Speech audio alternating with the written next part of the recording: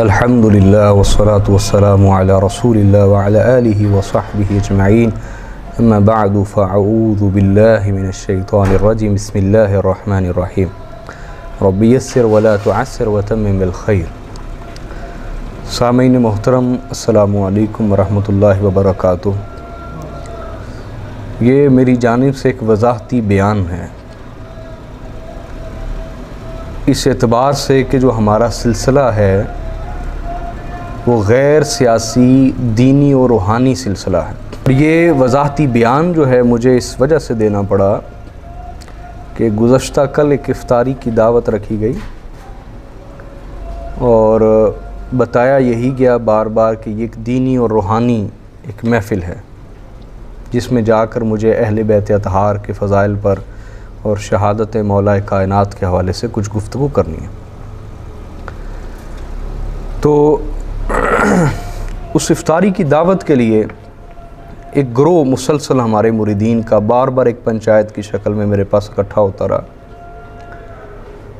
تو میں انہیں یہ سمجھاتا بھی رہا، بار بار کہتا رہا کہ یہ کوئی دینی اور روحانی محفل نہیں ہے، یہ ایک سیاسی ایک میٹنگ ہے اور اس سے سیاسی مفادات اور سیاسی مقاصد حاصل کرنے کی غرض و غایت ہے، کوئی دینی اور روحانی اس کا سبب یا مقصد نہیں ہے۔ اور یہ بھی میں عرض کرتا رہا کہ میں اپنے خاندان کے لیے ایک بے ضرر سا آدمی ہوں، ضرر مطلب نقصان، بے ضرر کوئی نقصان نہ دینے والا، تو ایک بے ضرر آدمی ہوں، تو مجھے اپنے مطالبات اور مفادات کی بھینڈ نہ چڑھایا جائے۔ میں ایک عظیم مشن کے لیے کام کر رہا ہوں۔ بار بار میں اپنے مریدین کو بھی یہ سمجھاتا رہا، اپنے دوست احباب کو یہ سمجھاتا رہا، لیکن وہ ایک مخصوص گروہ تھا جو بار بار میرے پاس روزانہ آ رہا تھا اور میں مسلسل کئی دنوں سے بڑی ذہنی اذیت کا شکار تھا، اور میں یہ بار بار انہیں کہتا رہا کہ یہ دینی روحانی کوئی محفل نہیں ہے، یہ ایک سیاسی میٹنگ ہے اور ہمیں سیاست کے مقاصد کے لیے استعمال کرنے کی ایک کوشش کی جا رہی ہے، لہٰذا اس سے اجتناب کریں۔ تو وہ دو چیزیں میرے سامنے بار بار رکھتے رہے کہ آپ نے اہل بیت اطہار کے موضوع پر آ کر گفتگو کرنی ہے، دوسرا یہ کہ خاندان میں کچھ لوگ ایسے ہیں جنہوں نے نسل در نسل ہمیں تکلیفیں دی ہیں، اذیتیں دی ہیں، نقصان پہنچائے ہیں، اور وہ کسی سے ڈکے چھپے نہیں ہیں، تو وہ آج شرمندہ ہے، وہ آپ سے معافی مانگنا چاہتے ہیں۔ تو بہرحال مجھے تو معافی کی حاجت نہیں تھی، کیونکہ میں نے انہیں پہلے دن سے ہی معاف کیا ہوا ہے، روزانہ معاف کرتا ہوں، روزانہ دعا کرتا ہوں، سب کے لیے کرتا ہوں، خاندان کے ہر فرد کے لیے دعا کرتا ہوں، اور نہ میں نے کسی سے قطع تعلقی کی ہوئی تھی کہ مجھے صلح کرنے کی عادت تھی، کیونکہ جو بھی مجھے ملتا تھا میں تو باقاعدہ گاڑی روک کے سلام بھی کرتا تھا، مصافحہ کرتا تھا، محبت سے ملتا تھا۔ لیکن وہ ایک بات کے اوپر مجھے بار بار جو ہمارے کچھ مریدین ہی ہیں بار بار اتنا اصرار کرتے رہے کہ میں بہت ذہنی تشدد کا شکار ہونے لگ گیا۔ تو انہیں ہر دفعہ سمجھاتا، یہاں تک کہ میں نے خط بھی لکھ کے ارسال کیا جس میں نے لکھا کہ حضور علیہ السلام نے ارشاد فرمایا کہ مومن ایک بل سے 2 دفعہ ڈنگ نہیں کھاتا، لہٰذا میں خیر کے جذبات تو سب کے لیے رکھتا ہوں، لیکن اعتبار دوبارہ ہر ایک پر کر سکتا نہیں ہوں، تو مجھے عافیت کے ساتھ کنارہ کش رہنے دیا جائے، جو میں ایک عظیم مشن لے کے چل رہا ہوں دین کا، خدمت دین کا، اس کو چلنے دیا جائے، مجھے سیاسی اور خاندانی مسائل میں نہ الجھایا جائے۔ بار بار درخواست کی، لیکن کچھ لوگ اپنے مقاصد کے لیے میری بار بار کی جانے والی درخواست کو کوئی اہمیت نہ دیتے رہے، اور ان میں ہمارے مریدین میں شامل تھے۔ تو ایسے میں مجھے نبی علیہ السلام کی ایک دعا اکثر یاد آتی رہی۔ حضور علیہ السلام دعا مانگتے تھے، اللہم انی اعوذ بک من زوج تشیبنی قبل المشیب، اے اللہ میں اس بیوی سے تیری پناہ مانگتا ہوں جو مجھے وقت سے پہلے بوڑھا کر دے، جو مجھے وقت سے پہلے بوڑھا کر دے، وَمِنَ أَوْلَادٍ يَكُونُ عَلَيَّ رَبًّا، اور میں اس اولاد سے تیری پناہ مانگتا ہوں جو میرے اوپر رب بن بیٹھے، حکمران بن بیٹھے، حکم چلائے، مجھے اپنی مرضی کی لگام میرے گلے میں ڈال کے اس لگام سے کھینچے اور گھسیٹے۔ اور مریدین بھی روحانی اولاد ہوتے ہیں، مانوی اولاد ہوتے ہیں، یہ اسی میں شامل ہیں کہ ایسے مریدوں سے بھی اللہ کی پناہ کہ جو اپنی مرضی کی لگام آپ کے گلے میں ڈال دیں۔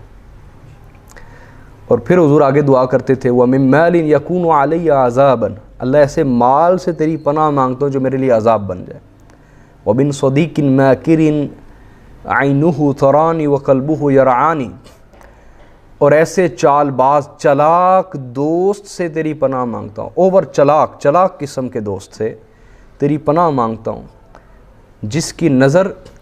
میرے اندر عیب ڈھونڈنے میں لگی رہے اور جس کا دل میرے بارے میں وسوسوں کا شکار رہے. ان رأى حسنة دفنها وإذا رأى سيئة أذاعها، اور اگر وہ میرے اندر کوئی خوبی دیکھے تو اسے دفن کر دے، اور اگر وہ کبھی میرے اندر کوئی برائی دیکھ لے تو اس کو پھیلانا شروع کر دے. ایسے چلاک دوست سے یا اللہ تیری پناہ مانگتا ہوں.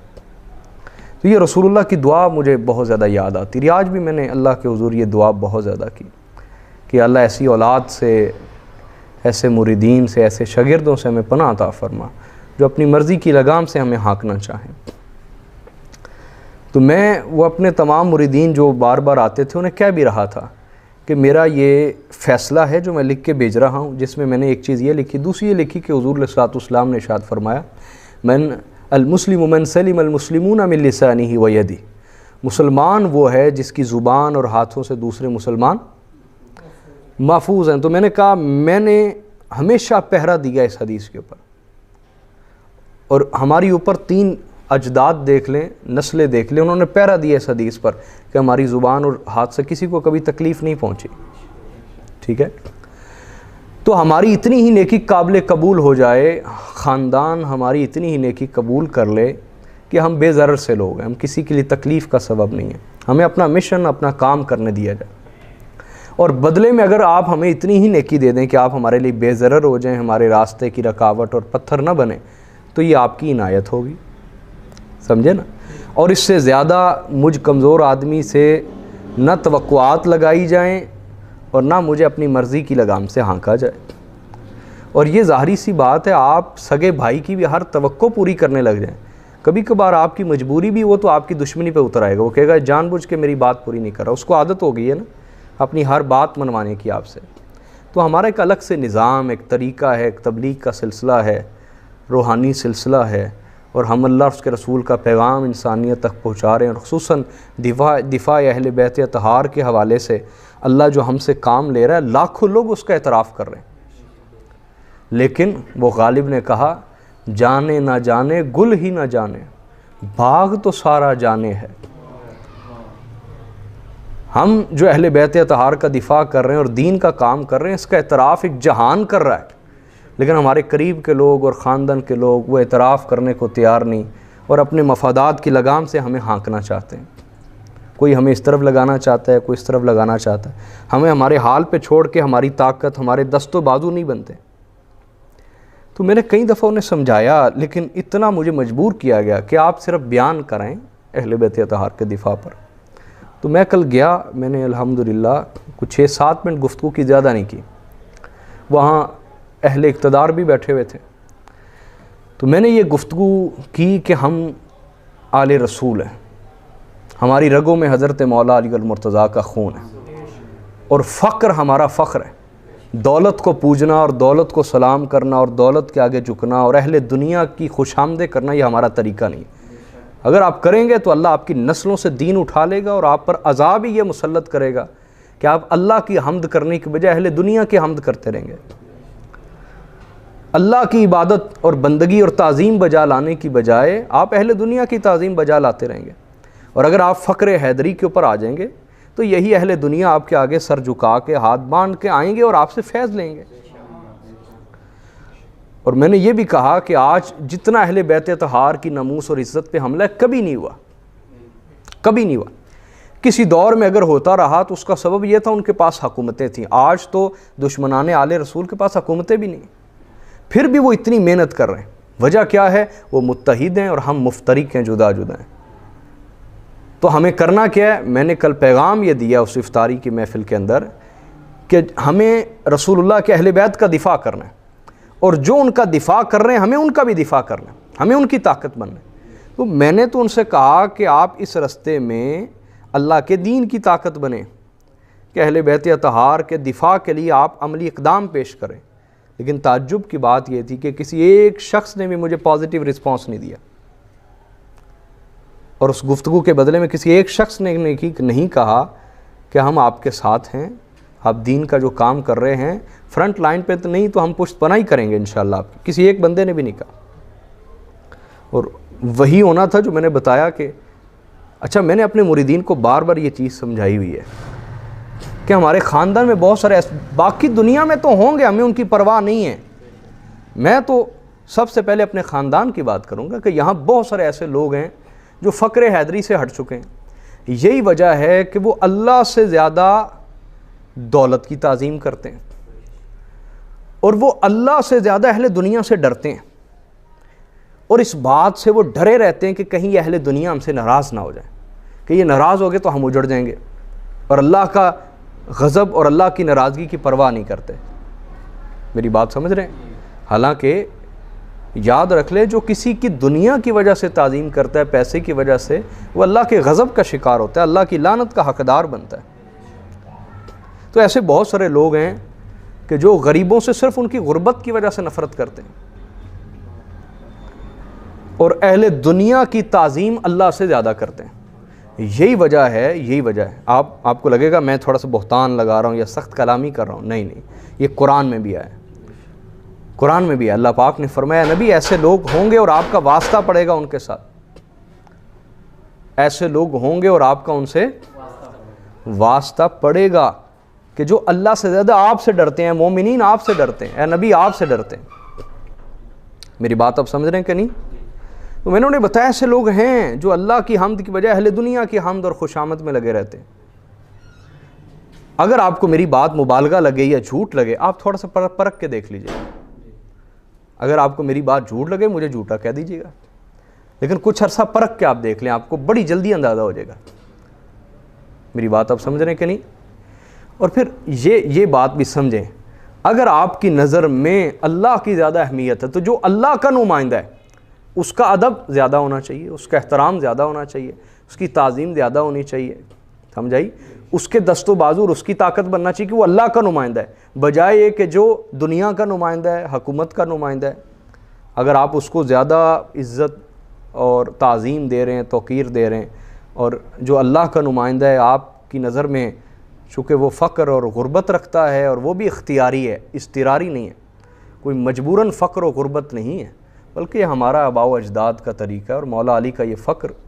یہ اختیاری اضطراری ہرگز نہیں ہے کہ تیرا طریق امیری نہیں فقیری ہے، خودی نہ بیچ غریبی میں نام پیدا کر۔ تو اقبال نے تو ہمیں یہ سمجھایا ہے،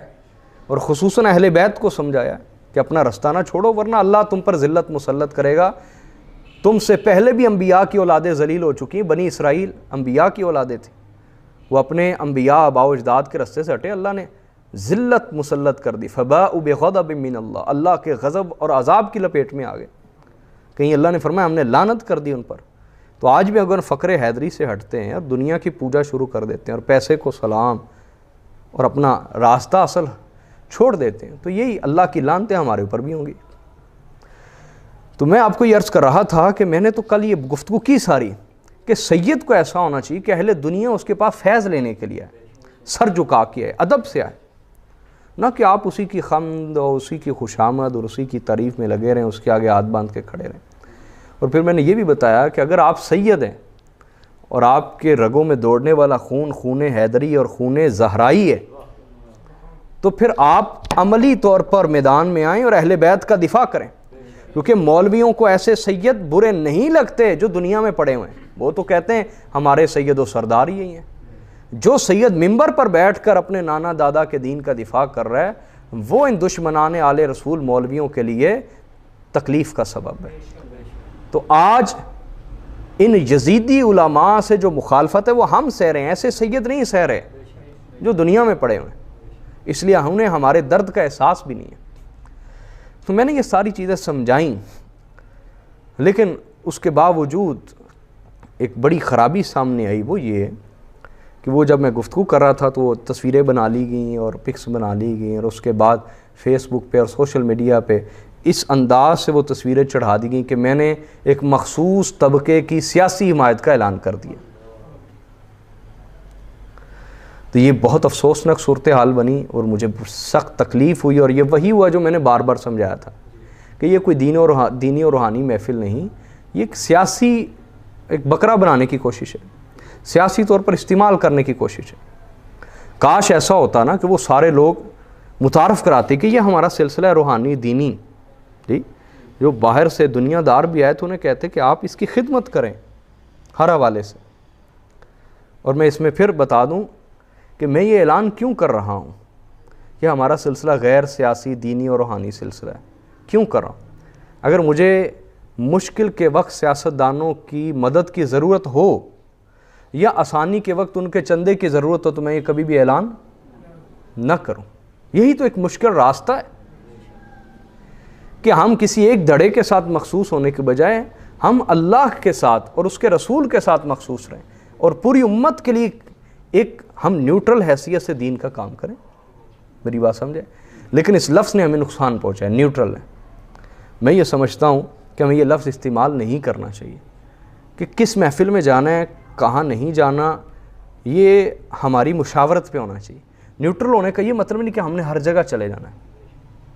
میری بات آپ سمجھ رہے ہیں کہ نہیں؟ تو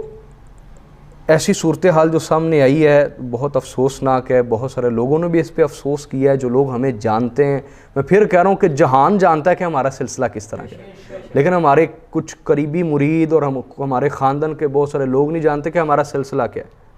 وہ ہمیں سیاسی طور پر استعمال کرنا چاہتے ہیں، بجائے یہ کہ دین کا ایک مشن سمجھ کے اس کے خادم بن جائیں اور اس کی خدمت کو سعادت سمجھیں کہ اگر ہم اس راستے پہ نہیں آ سکے، جو آیا ہے ہم اس کی طاقت ہیں، اسے سیاسی طور پر استعمال کرنے کی کوشش کی جا رہی۔ تو میں آج بھی ایسے تمام افراد کے لیے بارے دیگر دعا کرتا ہوں کہ اللہ ان کو سمجھ عطا فرمائے کہ ہمارا مشن کیا ہے، ہم کر کیا رہے ہیں۔ جس جہان کو پتہ چل رہا ہے تو ان کو بھی تھوڑا بہت پتہ چل جائے کہ ہم دین کی خدمت، رسول اللہ کا عشق، حضور کی سنت کی اتباع اور اہل بیت اطہار کا دفاع کس انداز سے کر رہے ہیں، اور صحابہ کرام رضوان اللہ علیہم اجمعین کے اہل بیت کے ساتھ محبت اور دین کے ساتھ جو ان کی خدمت کا رشتہ ہے اس کو کس پازیٹیو انداز سے پیش کر رہے ہیں۔ اگر یہ پورے جہان کو پتہ چل رہا ہے تو دعا یہ کہ اللہ ان کو بھی تھوڑا تھوڑا یہ دکھا بھی دے، سمجھا بھی دے، تاکہ یہ آئندہ زیادہ سے زیادہ ہمارے ساتھ احسان یہ کریں کہ جس طرح ہم بے ضرر ہیں، کسی کے لیے نقصان کا سبب نہیں، یہ بھی ہمارے لیے کم از کم بے ضرر ہو جائیں، ہمارے راستے کی رکاوٹ نہ بنیں۔ یہ وضاحتی بیان میں کبھی نہ دیتا، میں نے کبھی بھی ایک لفظ و ایک جملہ بھی نہیں بولا اپنے خاندان کے بعد افراد کے خلاف بھی، بہت ساری زیادتیاں سہنے کے باوجود بھی، لیکن جب میں نے دیکھا ہے کہ ہمارا ایک سلسلہ، ایک مشن جس کے لیے میری زندگی وقف ہے، جس کے لیے میں اپنی دنیا کا نقصان کرتا ہوں، جس کے لیے میں لاکھوں کروڑوں روپے کو لات مار دیتا ہوں، اپنی دنیا کا نقصان کرتا ہوں جگہ جگہ،